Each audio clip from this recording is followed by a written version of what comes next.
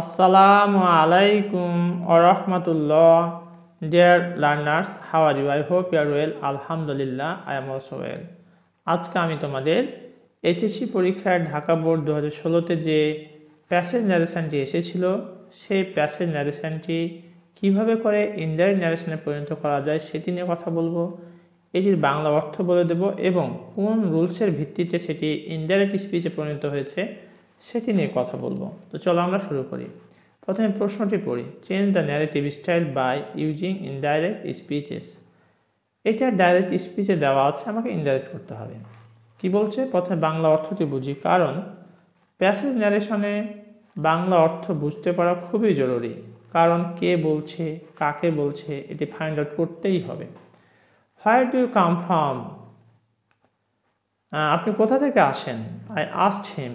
আমি তাকে জিজ্ঞেস করলাম আপনি কোথা থেকে আসেন। From San Carlos. কোথা থেকে আসি? আমি কার্লস থেকে আসি, সান কার্লস থেকে আসি। হি সেড, সে আমাকে বলল, অ্যান্ড স্মাইল, হেসে বললো আর কি, মুচকি হেসে সে আমাকে বলল আমি সান কার্লস থেকে আসছি। I was taking care of animals. আমি সেখানে কি করতেছিলাম? প্রাণীর দেখাশোনা করতেছিলাম। Oh, I said, not quite understand. আমি ঠিক বিষয়টা বুঝতে পারছি না, মানে কনফিউজ হয়ে যাচ্ছে যে আসলে সে সেখানে কি করতো।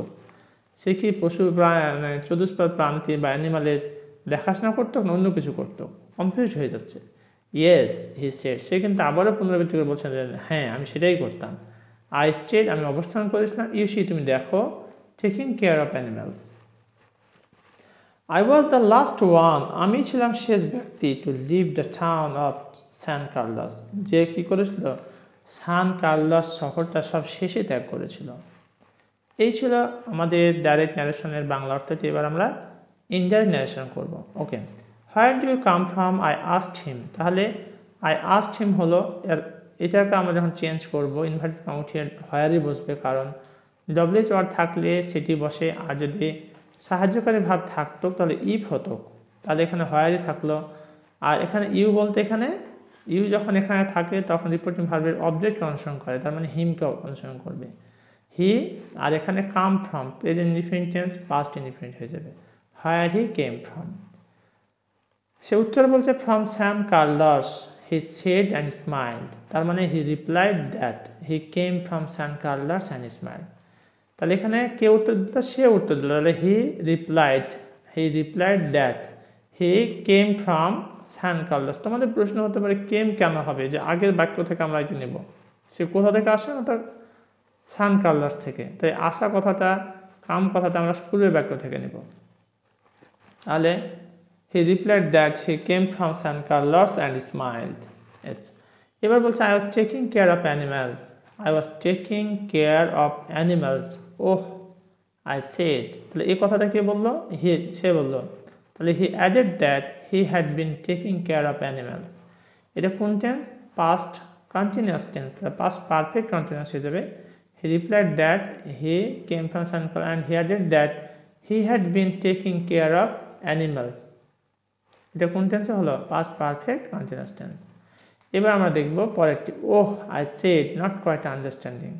এখানে ওহ বলতে বিস্ময় প্রকাশ করছে, কিছুটা কনফিউজড হয়ে যাচ্ছে আসলে, তাই এক্সক্লেম, আমি অবাক হয়ে গেলাম। উইদাউট কোয়াইট আন্ডারস্ট্যান্ডিং মানে আমি ঠিক বিষয়টা বুঝতে পারছি না। আই এক্সক্লেম, ওহ জন্য আমরা লিখলাম exclaim. I said not quite understanding, আমি বললাম আমি ঠিক বুঝতে পারছি না। তাহলে I exclaimed without quite understanding.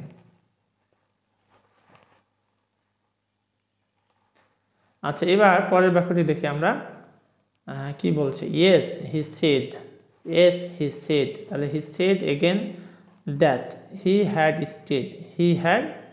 Stayed, আর এই ইউ সি, তুমি দেখো, মানে আমাকে নির্দেশ করে বলতেছে, তখন বলছে পয়েন্টিং টু মি, আমাকে নির্দেশ করে বললো। কি বলছে? টেকিং কেয়ার অফ অ্যানিমালস, যা আছে বসে যাবে, taking care of animals. I was the last one to live the town of San Carlos. I was the last one, সে বললো আমি ছিলাম শেষ ব্যক্তি যে এই শহর সব শেষে ত্যাগ করেছিল। তাহলে এখানে কে বললো? হি, তাহলে he also said that I was the last one. এটা কোন টেন্স? Past indefinite tense. অনেকে কন্টিনিউয়াস ভাববে, কিন্তু এখানে মূল ভাবের সাথে যে তার নিযোগ নেই, তার মানে এটা past indefinite tense. I was the last one, তাহলে হি হ্যাড বিন, এখানে সাবজেক্ট এটা হচ্ছে পাস্ট ইনডিফিনিট টেন্স, তাহলে হবে পাস্ট পারফেক্ট টেন্স, এই কারণে সাবজেক্টের পরে হ্যাড হলো, আর ওয়াজের 3 নম্বর ফর্ম হচ্ছে been. He had been the last one to live the town of San Carlos. Dear viewers, এতক্ষণ পর্যন্ত আমরা ঢাকা বোর্ড 2016 এর প্যাসেজ ন্যারেশনটি দেখলাম। আশা করছি তোমাদের অনেকটাই হেল্পফুল হবে। আর যদি কোথাও কোনো সমস্যা হয়ে থাকে বা বুঝতে সমস্যা হয় তাহলে কমেন্ট করে জানিয়ে দাও। ইনশাআল্লাহ I'll try my best to give you a comment reply. Thank you very much for watching this video. আজকের মতো এখানে শেষ করছি। সবাই সুস্থ থাকো, ভালো থাকো। আসসালামু আলাইকুম ওয়া রাহমাতুল্লাহ।